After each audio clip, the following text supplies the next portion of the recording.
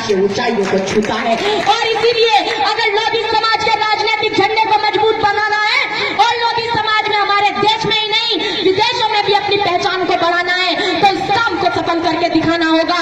आज आपकी बेटी साधना भारती ये समझाने के लिए आई है कि शिक्षित बनिए, साक्षर बनिए, राजनीति में आइए, परंतु मैं यही समझाना चाहती हूँ कि स्वार्थवादी बनने का काम मत कीजिए। मेरा मानना है कि जब स्वार्थी एवंवादी कुटिल व्यक्तित्व रखने वाले लोग किसी समाज या किसी देश में अपना प्रभुत्व कायम करने के मद में चूर होकर विवेक शून्य हो जाते हैं, तब तक समाज और जनता का संतोष उभरता है, तब तक समाज और जनता का संतोष उनके झूठे मुखौटों को नोचता है, उनकी कथनी और करनी की दुबई चाल का पर्दाफाश करता है। जब तक जुल्मों को सहने की इंतहा हो जाती है तब तक जुल्मों की तरफ से वह संतोष चिंगारी से शोला बनकर शक्ति का रूप धारण कर लेता है, क्रांति का रूप धारण कर लेता है। और आज वो समय आ गया है जब छल और स्वार्थ के झूठे नकाब को हटाकर हमें सत्य को सामने लाना होगा, सत्य की साधना को सामने लाना होगा। मगर आप सत्य की साधना को सामने कैसे लाएंगे? क्योंकि आज लोधी समाज में एक बहुत बड़ी समस्या है जो इस मंच के माध्यम से कई बार उठाई गई कि टांग खिंचाई करने की बहुत बड़ी परेशानी है हमारे समाज के अंदर।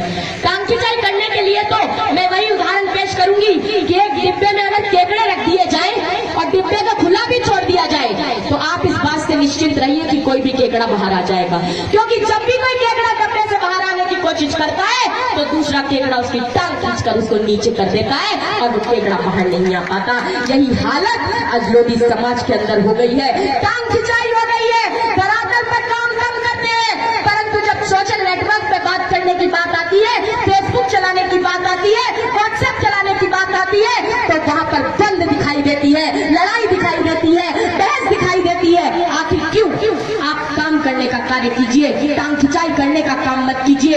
एकत्रित रहेंगे, संगठित रहेंगे तो कोई तोड़ नहीं पाएगा। मैं कई बार ये दृष्टांत बताती हूँ कि मैं अपने दादाजी के साथ जब बाजार जा रही थी तो एक बार मैंने देखा कि एक रेडी पर अंगूर रखे हुए थे, कुछ अंगूर गुच्छे में थे और कुछ टूटे हुए अंगूर रखे थे। तो मेरे दादाजी ने पूछा, भाई ये गुच्छे के अंगूर कितने रुपए किलो है?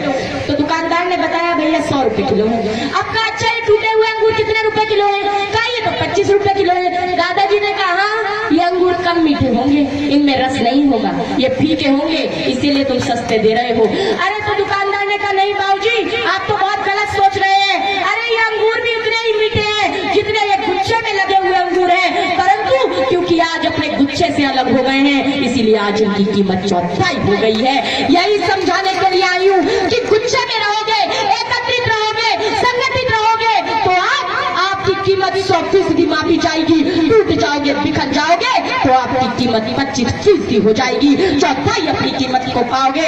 और इसीलिए साधना भारतीय समझाने के लिए आई है कि यहाँ किसी दल की बात नहीं है। और लोधी समाज, चाहे वो लोधी समाज मुंगावली का हो, अशोकनगर जिला का हो, चाहे वो हिंदुस्तान के किसी भी राज्य, किसी भी शहर का, किसी भी गांव का हो, लोधी समाज किसी का बंधुआ मजदूर नहीं है। लोधी समाज वो ताकत रखता है कि वो तख्ता पलटने का काम कर सकता है। इतनी ताकत में आज हमारा लोधी समाज मौजूद है।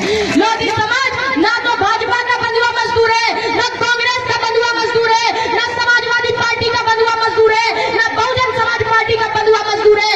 हम उसका साथ देने का काम करेंगे जो हमें नेतृत्व देने का काम करेगा, जो हमें प्रतिनिधि बनाने का काम करेगा, हमें आगे बढ़ाने का काम करेगा। हम उसके साथ खड़े होने का काम करेंगे।